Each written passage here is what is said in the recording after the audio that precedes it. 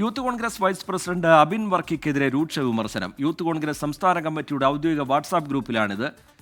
കട്ടപ്പ ബാഹുബലിയെ കുത്തുന്ന ചിത്രം പോസ്റ്റ് ചെയ്തുകൊണ്ടാണ് വിമർശനം. ആർ ശ്രീജിത്ത് വിവരങ്ങളുമായി ചേരുന്നുണ്ട് തിരുവനന്തപുരത്ത് നിന്ന്. ശ്രീജിത്ത്, എന്താണ് ഈ വിമർശനം?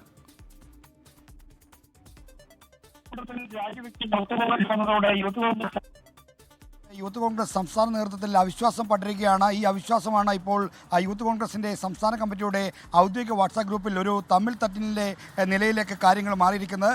എ ഗ്രൂപ്പ് നേതാക്കൾ ഒന്നടങ്കം അബിൻ വർക്കിക്കെതിരെ പോസ്റ്റുകളുമായി ഔദ്യോഗിക വാട്സാപ്പ് ഗ്രൂപ്പിൽ രംഗത്ത് വരികയാണ്. നമ്മൾ നേരത്തെ പറഞ്ഞതുപോലെ തന്നെ ബാഹുബലിയെ കട്ടപ്പ കൊത്തുന്ന ചിത്രം അതിന് പിന്നിൽ ഈ അബിൻ വർക്കിയുടെ ചിത്രവും വെച്ചുള്ള ഒരു പോസ്റ്റാണ് യൂത്ത് കോൺഗ്രസ് ഗ്രൂപ്പിൽ വന്നിരിക്കുന്നത്.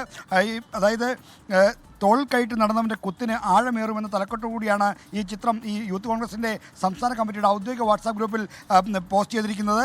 ഇന്നലെ ചരിത്ര പ്രസംഗം നടത്തിയ ആളുകളും സ്വന്തമായി കണ്ണാടിയിൽ നോക്കിയാൽ നന്നായിരിക്കും എന്നുള്ള പ്രതികരണവും ഇതുകൊണ്ട് അനുവദിച്ചിട്ടുണ്ട്. പ്രസ്ഥാനം തെരഞ്ഞെടുപ്പെന്ന ഒരു വെല്ലുവിളി നേരിടുന്ന ഘട്ടത്തിൽ പാർട്ടിയെയല്ല, ഒരു നേതാവിനെയല്ല, പാർട്ടിയെ തന്നെയാണ് ഇവർ ഒറ്റിക്കൊടുത്തത് എന്ന തരത്തിലുള്ള വിമർശനവുമുണ്ട്.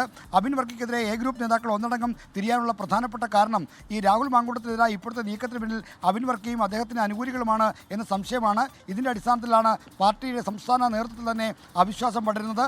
പുതിയ അധ്യക്ഷനെ തീരുമാനിക്കാനുള്ള നീക്കത്തിൽ എ ഗ്രൂപ്പ് പ്രതിനിധികൾ അബിൻ വർക്കിയെ രൂക്ഷമായി എതിർക്കാനുള്ള സാധ്യതയുണ്ട് എന്ന് കൂടി വേണം ഇതിൽ നിന്ന് നമുക്ക് മനസ്സിലാക്കാൻ. എന്തായാലും ഇപ്പോൾ തമ്മിലടി മുറുകിയതോടെ യൂത്ത് കോൺഗ്രസ് സംസ്ഥാന കമ്മിറ്റിയുടെ ഔദ്യോഗിക വാട്സാപ്പ് ഗ്രൂപ്പ് അഡ്മിൻ ഒൺലിയാക്കി മാറ്റിയിരിക്കുകയാണ്. ശരി, ആർ ശ്രീജിത്ത് വിവരങ്ങൾ പങ്കുവയ്ക്കുകയായിരുന്നു തിരുവനന്തപുരത്ത്.